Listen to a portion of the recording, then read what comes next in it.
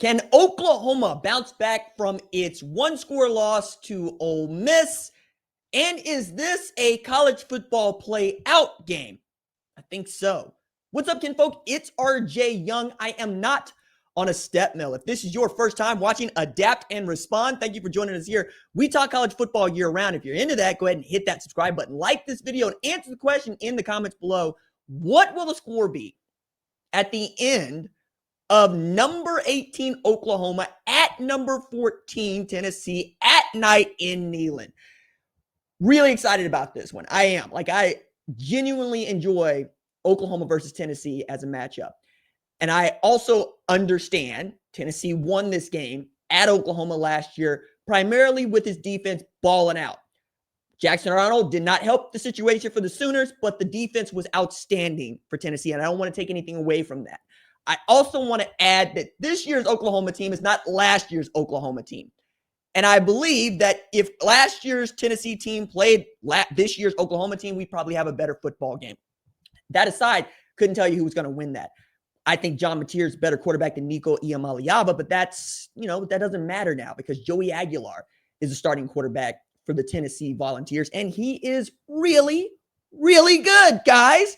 And it was one of those things when he transferred to UCLA from Appalachian State. If you saw him in 2023, you know what kind of guy you were getting. The guy in 2024 wasn't as good as the guy in 23, but the guy in 25 is better than both of those. And he got an opportunity to show that once again against Kentucky.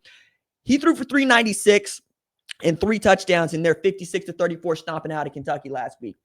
The thing that I believe Tennessee might be a little bit scary about is their defense giving up the 34 to Kentucky. Their defense giving up the 41 to Georgia. Oklahoma is the kind of offense that can put up those kinds of numbers, but it has not shown itself capable of doing that in SEC competition. We're talking about South Carolina, Texas, game they lost, and Ole Miss, game they lost. In the past, Oklahoma wins a shootout with Lincoln Riley at quarterback, and even 2023, you might have an opportunity to say that, but it's a different league. The Big 12 is not the SEC, right? As SEC fans want to tell Oklahoma fans. I get it. I understand.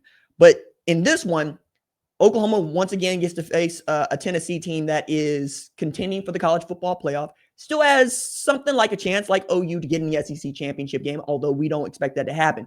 What I do think is important to note here is I don't believe the loser of this game makes the college football playoff.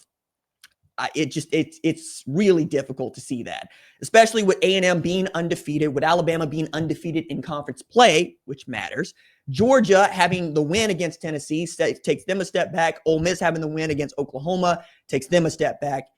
That aside, you could still be perhaps a fourth best team, with 9-10 wins and get into the college football playoff as an SEC strength of record contender and get one of those 12 straight seeding spots. In that way, both of these teams could be looking at either going on the road or even hosting a home game, depending on how the seeding were to stretch out. For OU, Jermod McCoy is not going to play, but he hadn't played all season. And at this point, I have a hard time seeing Jermod McCoy take the field. That is not to say that defense is easy. That defense is not easy. That defense is tough. It's not necessarily as tough as Oklahoma, but ask Ole Miss how tough that was, which is why Joey Aguilar are scared Sooner fans. If Trinidad Chambliss can throw for 1,000,000 yards against Oklahoma's defense, so can Joey Aguilar, and he can definitely do it with those 3 wide receivers that are outstanding. Chris Brazzell, Braylon Staley, and Mike Matthews have been balling out, right? Oklahoma's passing game has faltered. It has stumbled. It has stalled since entering SEC competition, quite frankly. Now, the run game has kind of sort of come online, but it ain't been what the offense has been when John Mateer was absolutely seeing it and cooking it. And now he's starting to play like a high school shortstop is playing quarterback, as opposed to a quarterback that is developing into the kind of guy that could be drafted in the first round. I just don't see it, right? That's just not what it's been. Now, Tennessee's defense is flawed, all right? It gave up 36 to a Kentucky team that ain't known for scoring, And you look at the Mississippi State game, they nearly let that one slip away. You look at the Georgia game, Gunnar Stockton was able to put up some yards, some points on them. Gave up a huge 4th and 6 conversion that really turned the game for Tennessee at Neyland. Now, that game was during the daytime, but the point is the same. Georgia showed up to a hostile environment and came out with a W. Now, It was tight. It's hard, but they did it. Is Oklahoma that resilient? Is Oklahoma going to be in a spot where it can get to, hey, we can play it into overtime and we can win this game? We'll see. I'm not sure that this team can do that right now. They haven't shown it. They haven't shown the resilience to do that. Meanwhile, Texas has won back-to-back overtime games. Again, they're Mississippi State and they're Kentucky, but you get my point here. Texas is a step ahead of Oklahoma for that reason. They're able to win a bad football game that they played back-to-back. Now, the Florida loss is the Florida loss. You also had a Florida team that's balling out, right? You had DJ Lagway go for 298 against Texas. You had Jaden Bogg go for 127 on the ground. You had Dallas Wilson go for like 110 and 2 TDs. Outstanding game by them. That is the kind of game Tennessee can put up on Oklahoma. It just breathing, right? We know what Josh Heupel's offense wants to do. He wants to go fast. He wants to run the football. They got 3 tailbacks that you got to worry about. Peyton Lewis is really good. My favorite, though, is Deshaun Bishop. I was going into the season saying that's RB1 for me, and people at Tennessee were like, I don't know about that, dog. Star Thomas and Peyton Lewis might have that hold down. Like, don't believe me, just watch. And that's what it's been. When Tennessee can rush for 185 a game, you can't beat them. You can't beat them. That's the number. Now, they can win the football game without doing that. But it's almost impossible to beat them if they're running the ball well on you. And that's across the board. It's one of the reasons that Oklahoma fans have been in dire straits about feeling as if we're in dire straits about what the run game is or isn't, right? Torrey Blaylock has come alive. Xavier Robinson came alive in the last game. And some home runs really helped Oklahoma get in, but the offense was never really finding a rhythm. And it didn't feel like there was anything that John Mateer could do about it.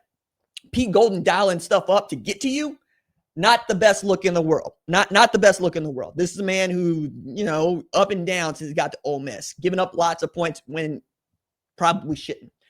And now they got defensive tackles at Ole Miss that can get after you. Well, they've always had defensive tackles and defensive ends that can get after you in Tim Banks' defense. It's going to be point and shoot. That's what it's going to be. I think if Deion Burke can get back to what he was doing, if Keontez Lewis can go in this game, right? Jared Cannick continues to be Jared Cannick, it ought to be okay. It ought to be worthwhile. But the chess match that will be Brent Venables versus Josh Heupel is the one that I think we're all showing up to see. Remember, Josh Heupel was an offensive coordinator at Oklahoma when Brent Venables was a defensive coordinator at Oklahoma. They were both co's at that point, but 2 guys that like each other, 2 guys that get along. Oklahoma obviously has not won a national championship since Josh Heupel was quarterback at Oklahoma. Tennessee is trying to find a way to win a college football game, college football playoff game, as opposed to make the college football playoff again. Oklahoma hasn't made the college football playoff in a number of years now. It's getting farther and farther away. And this is a team that could just as easily finish the season 10-2, especially with the firing of LSU coach Brian Kelly here recent, or go 6-6. And this game is going to have a whole hell of a lot to say about which way that goes.